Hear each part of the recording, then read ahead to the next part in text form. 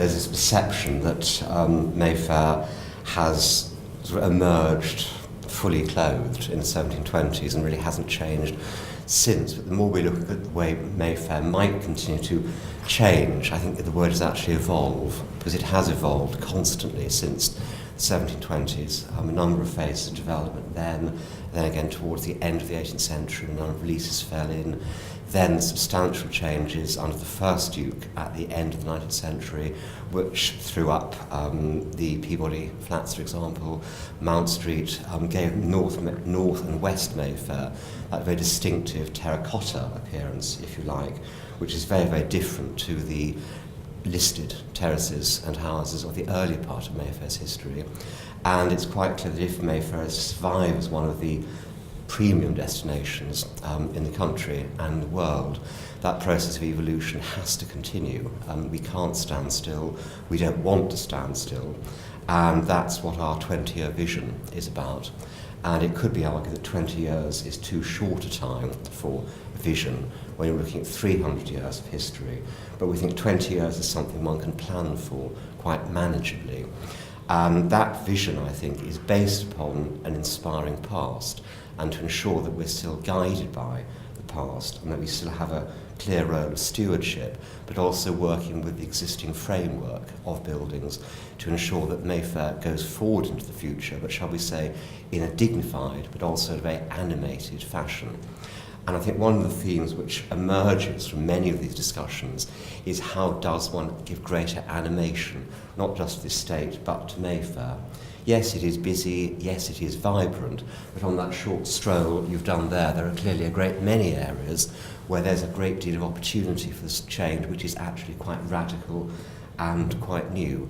And you've shown the Gagosian, and who would have thought several years ago that probably Mayfair's only brutalist office building could actually transform itself into a gallery. And we've also got ambitions for the other side of the gallery to again to bring greater animation. But of course, one gallery doesn't make summer, to mix metaphors. So if we continue, or we stay in Grosvenor Hill for a short time, you need not just one gallery to draw people in, but you want to have a trail through Grosvenor Hill, which at the moment we haven't got. But we have got a great opportunity for that. So there are a great many muse or muse-type buildings there, which are already beginning to lend themselves to very discreet, very low-key galleries, where you close the doors, you don't know they're there, you open the muse doors, and you've got this wonderful glass display case. And that will draw people through rather than just have a single destination. Again, to remain in that area, the north side of Berkeley Square, which is a mess in anybody's eyes. The traffic, the street clutter, the parking, the cycles. We've now got consent to transform the north side of the square as part of a wider rolling scheme for the whole square, specifically outside Phillips, where an increased size pavement will allow us to have displays of public art on a rotating basis, initially and probably curated by Phillips's, but available for all those with an interest in Mayfair. And again, it would create that sense of destination. If we jump northwards, again, you very helpfully showed pictures of Brownhart, a previously very unlovely space. The garden on top of the electricity substation was closed for a long time. So some years ago, we re-landscaped it. It's now open to the public on a permanent basis. And of course, it complements the Beaumont Hotel. And from offices and car park to a hotel is quite something. It's a listed building, but I think it shows how flexible listed buildings can be to achieve that dramatic change of use without, from the outside at least, transforming its character. So it still plays the role it's played in the streetscape, but of course with the addition of the living room, the Sir Anthony splendid living sculpture on the outside of it. Tim, I wanted to ask you, how are you managing the residents with change, future change? Yes, I was going to come on to that because, of course, although we own the land, we cannot just impose, nor would we wish to impose our will on tenants, residents, whoever has an interest, and that's, of course, visitors as well. And part of our 20-year vision has been extensively consulted upon with local councillors, local residents, local businesses. But I don't think that can get over the fact that you can't please everybody, to put it mildly, and there are a great many people who, quite rightly, like Mayfair exactly as it is, and are curious and perhaps slightly nervous about the prospect of change. And I think what we'd hope to do is to steward that change in a fashion that will allay the fears that Mayfair will change its character radically, but will not prevent that change happening. And this is very often dealt with on a ad hoc basis, consultation on an individual gallery, consultation upon an individual restaurant, consultation upon Brownheart, for example. And although we now have these statues set up on the four corners of Brownheart Gardens on a rotating basis, an example of how careful one has to be is when the application for that art went in, it was for rotating objects, and a number of the residents thought they would actually be rotating on their plinths, perhaps flashing and all of that sort of slightly Disneyland theme. And of course that wasn't the intention, is not the intention, but you have to manage and be very mindful of the concerns of those who do have a substantial stake in the area. I wanted just to draw in Pace Gallery and also the bigger landscape and public art, because I know you've got a huge amount to say on that. Obviously the Pace Gallery is having to move out of the RA Gardens, that area. Can you tell us what's going to happen? Well, that's probably one thing I can't tell you. Although I'm here as Future City, and we have a partnership with Pace, which is FuturePace. So really my role within that structure is to develop out-of-gallery projects. So what we're doing effectively is we're taking on a kind of gallery without walls approach, which is to say all the urban landscape, whether it's shops, buildings, public realm, is basically fair game for major art interventions. So in fact, two of you briefly touched on it there, the Crossrail station at Bond Street is part of a project that we evolved called the Culture Line, which is 8 stations, 8 galleries, 8 artists. And that's, I would say, it's a classic example where what we've tried to do is to partner organisations that aren't normal bedfellows. The problem with the arts, certainly in London, which I still think is an issue, is it's separated out from business. Art is something separate. When you do get it, it's often through a planning obligation. So there's a lot of art in Mayfair that's through 106. And it's only recently where businesses are starting to see art as something that they want to see as a business issue, not as a philanthropic gesture. So the 8 stations, 8 galleries, 8 artists idea was really to sort of overlay something that London does very well but we don't see, which has major international galleries. Use the budgets that are inside the architecture of the stations, and then use world-class artists so that you create this sort of trail. And the other project that we did, which was also in Mayfair, is the St James's Market, which again, when we started, was a very simple project, which was really just to use a 106 to do some art, and the architects very kindly X-marked the spot where they thought it should go. And what we kind of did was disrupted that slightly, so we went back to Crown Estate and said, look, the whole public realm should be the artwork. You're in the middle of this amazing artisan area. There's pipe makers, and shirt makers, and hat makers. Why don't we make them part of the art project? So the street furniture pieces that came out of that, if you've seen them, comes out of using the trades and skills and materials of the artisans in the area. And then a pop-up, instead of it just being a pop-up for a short period of time, became this amazing pavilion where it would sort of promote the local kind of culture and artisanal offers. So I think what we're beginning to see is that if it's not about separating the arts out, but embedding them into the retail, F&B, fashion, and so on, and making it much more branded, much more connected, networked. And it goes back to Tim's point, really, is does Mayfair as an area have the chutzpah to kind of say we are a cultural district? And if we are, what does that mean? What does a creative district or cultural district look like in modern creative London? So it's this I was going to say, is there a set of can you be prescriptive about it? What does a creative quarter, and with reference to what we go on to Rob about retail as well, have we defined it, or is it constantly evolving? Is it different around the world? Yeah, it's a good question. It's increasingly a measure of space, which you're beginning to see. So we've worked recently with Greenwich Peninsula, which is a completely new site, brownfield site, starts from scratch. There the developer realised that unless they did something beyond just putting real estate and marketing materials with lots of CGIs, unless they had had a kind of stood up and made a claim, they would just be one of many redevelopment areas. You've got White City and Nine Elms and all the others. So what we did there is effectively said there has to be a series of placemaking principles. There must be 6 principles that everyone signs up to. The architects, the landscape architects, the estate managers, the businesses that are coming in need to sign up to this one big idea. And in this case, it was a new creative district for London, where everything was sculptural. So if you look at the energy centre down there, it was designed by Conrad Shawcross.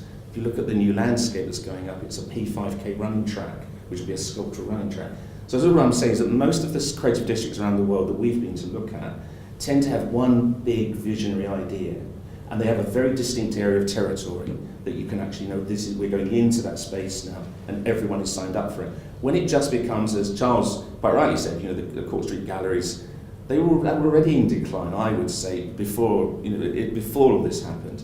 And part of that is because no one actually really knows or particularly cares whether those galleries are there. They're private businesses and they're trading. But if there was a decision in Mayfair to say, we think a gallery creative quarter is what we should have, let's actively promote gallery participation in the shops, in the windows, in buildings before they're let, temporary spaces. If there was a strategy that said the whole of this networked area was gallery focused, we're open for business, come and tell us why you should come here, then it would work. And it's that chutzpah kind of, Mayfair is this, and be confident about it, because it is happening elsewhere. Nine Elms, White City, Canary Wharf, they're all pushing now for this kind of creative, King's Cross. We are a creative zone, and we want, I'm sure you can talk about it, but creative businesses want to be in creative places, but also non-creative businesses want to be in creative places, because they want the buzz of that area. And people, whether they're living, working or playing, also want to be in creative places. So what's interesting is that everything seems to have aligned in the last 2 years, I would say, where pretty much everyone wants the same thing, but we haven't quite articulated how to respond to that, because we're all sort of compartmentalised into our own business areas. So I'm going to bring Rob in, because there is this thought for Mayfair that people want to draw in some of the buzz of Oxford Street and different types of people into Mayfair so that the boundaries are blurred. In terms of retail, is that going to work? Well, I think it comes down to the gallery point and the art side, or whether it's for retail or whether it's for cultural experience. So the thought process of opening up galleries, 15, 20 years ago, a gallery was very much a closed shop, unless it was a public gallery, or it was the Royal Academy. It was very much opening a door to a traditional Mayfair gallery was quite a foreboding experience for people, and some people wouldn't normally do unless it was for the purpose of purchasing. Opening up and bringing it into the public realm does make it obviously more accessible. It adds to people's social media feeds, because it wouldn't be a debate without talking about social media and people's sort of cultural wealth as much as their possession wealth. So you need to kind of align to both sides of that. The permeability of Mayfair, I think, is down in North Mayfair Estate in particular, has shown that you can bring people off the street. That can't just be done with retail, it has to be done with the opening up of Brown Heart Gardens, or with the inclusion of F&B, and Delicious Yellow and Mike Deli are good examples of that. And I think that is something which will need to sort of be seen further through the holding as well. Working in Mayfair, going for an accessible lunch somewhere isn't necessarily an easy thing to find. There are sandwich shops and there are very high-end restaurants, but it's trying to find the balance for all the people who are working or you're trying to bring into the estate. So I think it is possible and it has happened, but I think it does need that blend of culture, experience, opening up of private areas. And Rob, are people listening to advice from people like yourself about how retail does have to be an experience? Are their minds switched on to that, or is it still slow to grasp? I think it's easy to spot the retailers that have and the retailers that haven't. And you walk up and down the key streets now, and it is impossible at some points to work out whether you're looking at a gallery or a shop. And I think that's quite important. And you look at retailers bringing, so the Louis Vuitton handbag collection, the Masters collection, you know, it's not just about knowing your bags, it's knowing your Turners and your Constables. It's more than just owning, it's owning a cultural heritage as well. Because that is what people's lives are now created from on their social media feeds. So simply saying you're going to a gallery isn't quite enough. It's having that sort of tangible aspect. But yeah, I think the experience side is key. LV's new flagship in Paris has, you know, it is as much art gallery to a certain extent as it is a retail shop.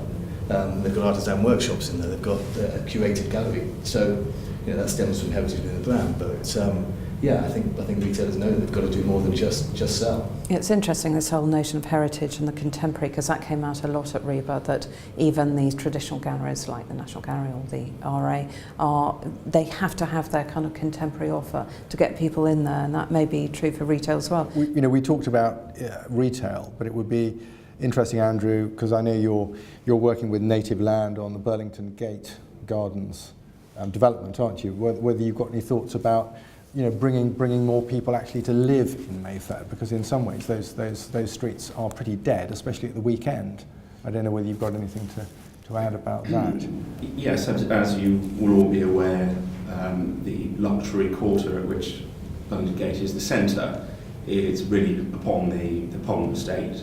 So there's that common theme with what Tim's been talking about, with the initiatives of placemaking further west on the Grosvenor estate. But I think Mayfair is arguably unique because of its intact and historic estates. There's obviously the Berkeley Square estate as well. Interesting to look over towards Shepherd's Market as well, which I think one day, who knows when, something quite significant will happen. But increasingly, I think these landowners are focusing their attention and, again, learning from the past with regards to residential and how important that is in the management of estates when you're talking about placemaking. Mayfair has probably, prior to the last 10 years or so, had a focus on retail, and then towards offices. I think a lot of the larger office occupiers have moved away from Mayfair, and that's created opportunities for other types of users. We've talked about one hotel, but increasingly we're seeing more and more hotels coming back into Mayfair, but on a very large scale. The former American Embassy, for example, you mentioned the Beaumont. And there's opposite the Ritz, there's going to be another hotel, isn't there, in the development there? I think the Crosstree are doing a development. Yes, on Berkeley Street. On Berkeley Street. But also Clydesdale, we've got a scheme right on Hanover Square, right on top of the new Crossrail rail station. So I think hotels, as well as residential, bring something to the area. And then really it's down, well, in Mayfair is arguably unique in the sense that, as I say, you have these estates who have large vested interest. It's not always about the highest rent and the best covenant on an individual shop. It's looking at the whole and taking that long-term view. And I think we're seeing an increasing amount of residential. The Canadian Embassy as well, they've vacated, that's now turned over to residential. So we're seeing more residential, but I think the hotels are coming back into Mayfair. Yes, it's a very interesting point, Andrew, actually, because I was going to ask you about Grosvenor Square and the American Embassy is moving. Is that going to make a huge difference? What's going to happen? I think it will make a huge difference. Perhaps we're straying slightly from the broad culture theme at the moment, but it's all part of change within Mayfair. Because as of much interest to us is that this year we will get the management of Grosvenor Square back from the Royal Parks. And that provides a wonderful opportunity to animate a presently rather flat. I mean, the Royal Parks have maintained it, but they've just maintained it. They haven't had the resources to do anything with it. And I know alarm bells are already ringing what we might be thinking about doing to the square, but we perceive it as Mayfair's greatest public open space, and it will remain a public open space. But it would be rather nice to be able to make it a more attractive open space. And as part of our call for ideas on the future of Grosvenor Square, Gardens, the responses were very interesting because there was an overall perception that Mayfair is a keep-out area, and a lot of people wouldn't want to go to Grosvenor Square. There's nothing there for them. And I think that the changes in the square and around the square will perhaps contribute towards dismissing that myth of it's a keep-out area. Because, of course, with the American embassy going, you'll be able to animate North and South Audley Street once again. And there's no linkage between them now, which historically there used to be. But I think to be able to flow from Oxford Street down is something really quite tremendous. To have the hotel at ground floor level animating the streetscape, it seems quite clear from the plans that it won't be a fortress any longer. You'll be able to move in and out, and all the other developments you've mentioned, but I think bring much more life to the square. And just moving on to you, Mark, again, when we think about the public realm, and obviously that will be a consideration with that square, we've gone through a lot of times where councils have got rid of Banksy. We had at Healthy Cities, actually, we had the developer who saved a Banksy in the East End of London. And I guess with this area, are there going to be very tight rules on what is acceptable public realm or what is art? That's a really good question. That's a very good question. I mean, it at the nub of all this is about where can you put things. And ironically that we're at a time when the public sector, through councils, their arts investments are declining, and they're getting harder, more and more strapped for cash, and therefore want an easier and easier life. So we're almost in the stage where don't bring me anything that I have to repair that's going to cause me any problems, or that I have to replace in a given time. But it's completely at odds with the private sector, which has suddenly discovered culture in a massive way. You know, Louis Vuitton, you mentioned, Louis Vuitton's got a museum. You know, Nike a BMW just spent £1 million on a Pace artist doing the 300 drones off Art Basel, Miami.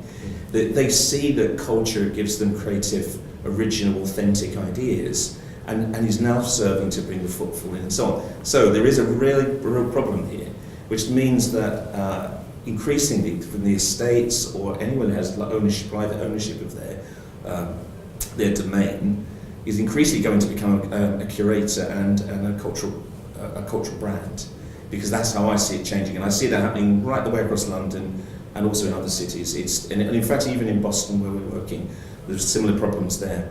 The private sector suddenly gets culture and the market's interested in it, and when the market gets something, it goes in hard, it invests and puts money in. Of course, it's at complete odds with, the public sector that's doing the opposite. What are you doing in Boston? We're developing a creative district in Boston, and in fact, it's a really interesting lesson. I thought of it earlier when you were talking. What we're trying to do is establish a triangular relationship: the city, the commercial sector, and the cultural sector. So we're saying to the museums and galleries, come outside, but we're saying to the city, you need to make it easier for them to come outside. And we're saying to the cultural sector, to the commercial sector, if everything happens here, you are going to benefit. So it's in your interest to put funding in and to create opportunities. So this triangular relationship, which is very new for Boston, is being adopted. And this new creative district will open up all 75 cultural institutions in Boston around one core area. It will bring private sector, particularly in the property sector, into the area in a big way. And the city will help support it by looking at the planning laws, by zoning laws, food trucks, and so on. So I think we're at the end of something, at the beginning of something else. It's almost like all bets are off. We've almost got to come up with completely new ideas about how to behave, not rely on the sort of compartmentalised approach that we've had in the past.